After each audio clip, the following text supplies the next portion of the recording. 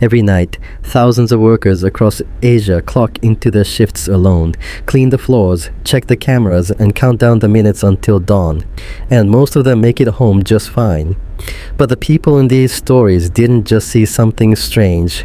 They saw something that should not exist in a place they thought was completely safe, and by the time they understood what was happening, it was already too late to run. So here's the question that nobody who works the night shift in Asia wants to ask themselves. What do you do when you look at the security camera and realize the thing staring back at you is not human? This actually happened. It was first shared on one of Japan's biggest anonymous forums a few years ago, posted in the middle of the night by someone who was still shaking when he typed it out. But the store manager confirmed part of the story. The security footage confirmed another part. And when you hear the whole thing from start to finish, you are going to understand why two grown men never went back to that building again. A few years ago, during the coldest part of winter, a young man we'll call Kenji was working the closing shift at a small convenience store in rural Japan. This was not a busy city store. This was the kind of place tucked between rice fields and quiet roads, the kind of town where the loudest sound at night is the wind pushing dead leaves across the parking lot.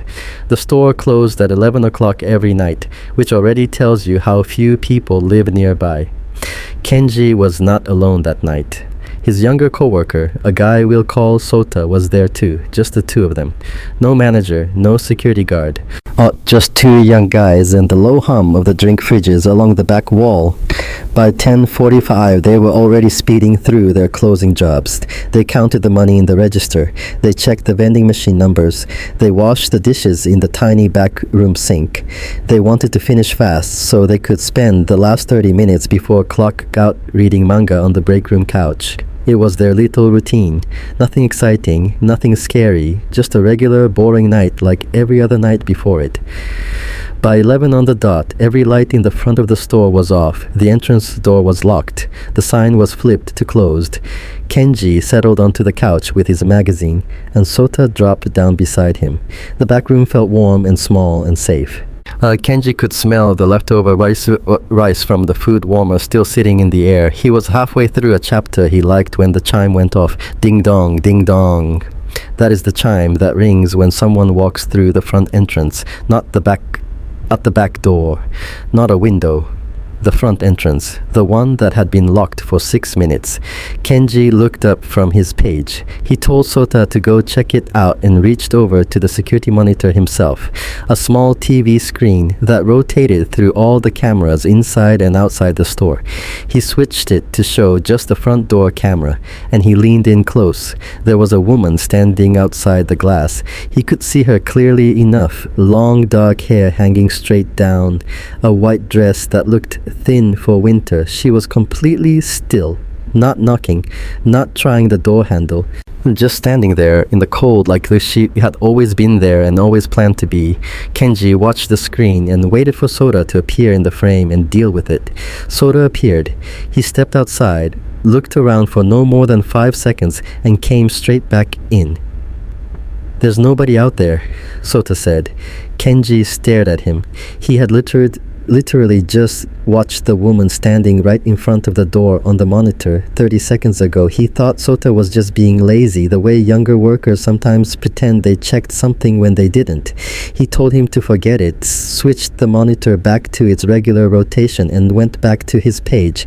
That was the first warning he ignored. He would spend a long time afterward wishing he had not. 10 minutes went by.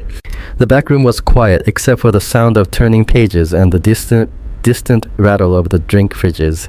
Kenji glanced up at the monitor, the way you do when you are not really looking for anything, just letting your eyes wander.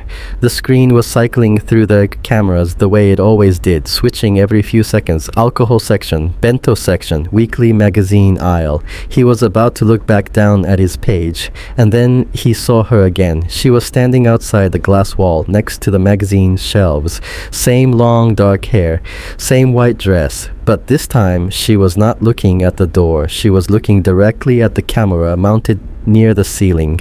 Her face was tilted up at exactly the right angle, like she already knew where every camera was and had walked to the right spot on purpose. Kenji set down his magazine. He told Sota that the woman was back and that he was going to go handle it himself this time.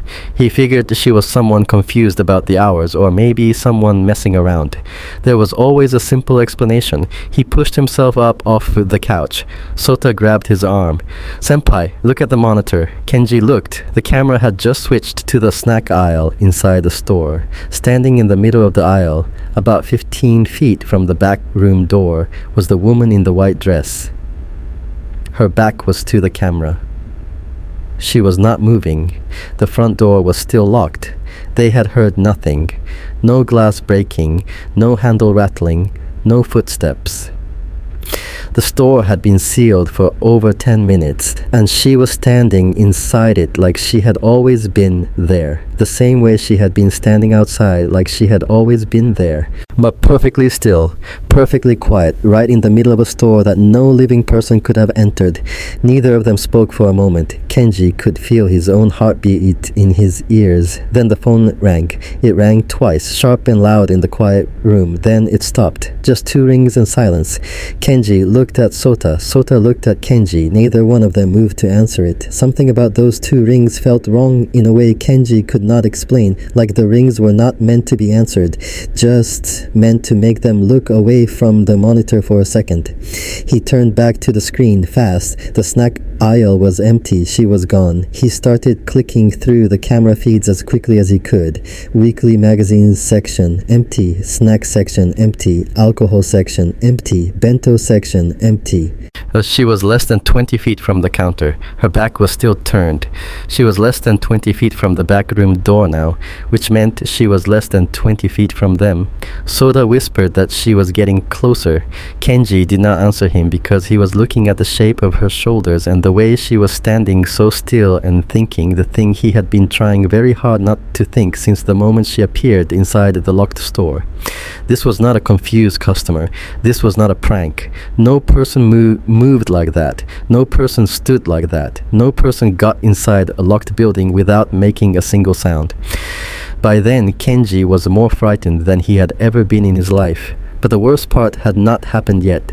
As Kenji kept the camera fixed on the counter, he needed to watch her. He felt like the moment he stopped watching, something would happen that he could not take back. She stood there behind the register without moving, her dark hair hanging down her back, the white dress looking even thinner and stranger under the store's security camera light. Sota was pressed against the wall beside him, barely breathing. Then she turned her head, not her body, just her head. It rotated slowly backward 180 degrees until her face was pointing directly behind her, directly at the camera, which meant she was looking directly at them through the monitor, and she was smiling. No sound came out of Kenji's mouth. He felt like the air had been pulled out of the room. Sota made a sound next to him that was not quite a word and not quite a scream. Her body had not moved at all. Her shoulders were still facing forward. Only her head had turned in a direction that no human head can turn, and she held it there, still smiling, like she was waiting to see what they would do next. Sota started saying no, no, no, no, no under his breath, and it kept getting louder. Kenji told him to stay calm and grab the key for the back door. If they could get through the back door, they could get outside and get to the car and drive away and never come back. So that was the plan. It was simple. All they had to do was cross the room and get through one door. Then the monitor turned itself on. It had been set to the counter camera, but now it switched on its own, and that the image on the screen was not the counter anymore. It was a close-up. Her face filled the entire screen, closer than any security camera mounted near the ceiling should have been able to capture. Her expression had changed. She was not smiling now. She was completely blank, which was somehow worse, and her skin was the pale gray color of someone who had been outside in the cold for a very long time, or longer than that. Her eyes were dark and still, and they moved slowly from one side of the screen to the other, like she was looking at each of them one at a time. Sota snapped. He jumped up and ran straight for the back door, and Kenji shouted at him to wait, but Sota was already grabbing the handle and pulling it open, and then he screamed. The kind of scream that does not sound like a person being startled. The kind that sounds like something has broken inside them. And he fell straight down onto the floor and did not move. Kenji ran to him and shook his shoulder, but Sota was completely out, knocked unconscious by whatever he had seen.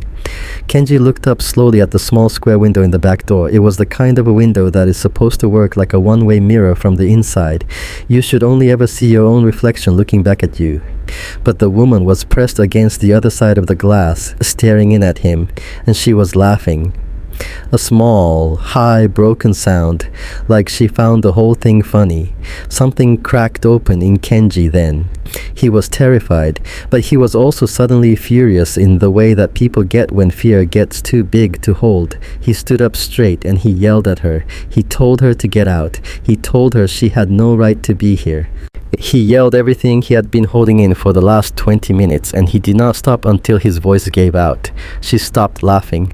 She looked at him with an expression he did not have a word for. Then she moved away from the window and was gone. Kenji stood there breathing hard over Sota's unconscious body, thinking maybe it was over.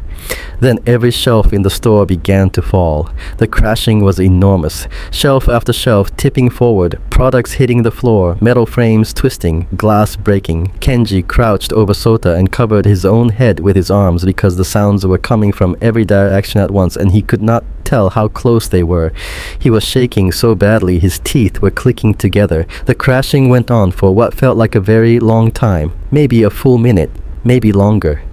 Then it stopped all at once, the way a bad storm stops, leaving behind a silence that felt heavier than the noise had been. Kenji stayed low. He waited. He kept telling himself she was gone. He kept telling himself it was finished and that the worst was behind him. Then the phone rang again. He stared at it for a long time without moving. He did not want to answer it. The last time it rang, he had looked away from the monitor for just a few seconds, and right after that, she had crossed the entire store without making a sound and ended up behind the counter. The ringing felt like a trick then, and it felt like a trick now. But it kept going and going, cutting through the silence over and over, and he could not think clearly enough to come up with any other plan, so he reached out and picked it up. He said hello. Nothing came back. He said hello again, louder this time. There was a long pause. Then a sound came through the line that was not really a voice and not really a word. It was more like the shape of a voice, something pulled too thin and stretched out until it barely held together. It started low and rose slowly in pitch, getting higher and higher, twisting as it climbed, until it became the same broken laugh he had heard through the back door window. But this time, it was not fading. This time, it was growing louder with every second, and then a thought pushed its way into the back of his mind, cold and very clear. The sound was not only coming through the phone, it was coming from somewhere much closer than that. He turned around. She was standing directly behind him. After that, Kenji remembers nothing at all. He woke up on the floor of the back room at 4:50 in the morning. The store manager was kneeling over him. Sota was awake beside him, sitting against the wall with his knees pulled up tight, staring at a spot on the floor with empty eyes. The manager looked pale in a way that had nothing to do with the cold. He told them to stay still and not move while he checked the security footage. They begged him not to. He did it anyway. 20 minutes later, he came back and told them the woman did not appear on a single frame of footage, not once, not anywhere in the store. For the entire night, she did not exist on camera.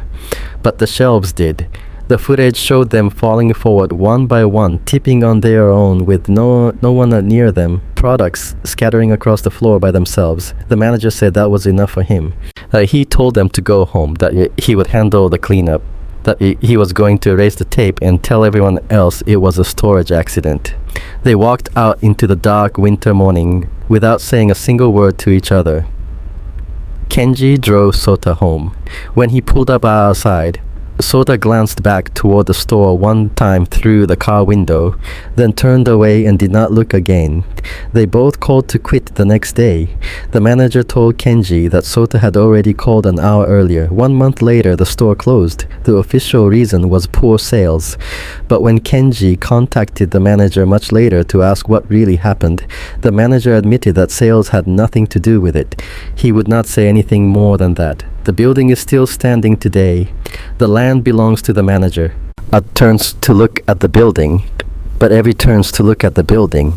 But every single time, without fail, he gets the feeling that something inside it is watching him go.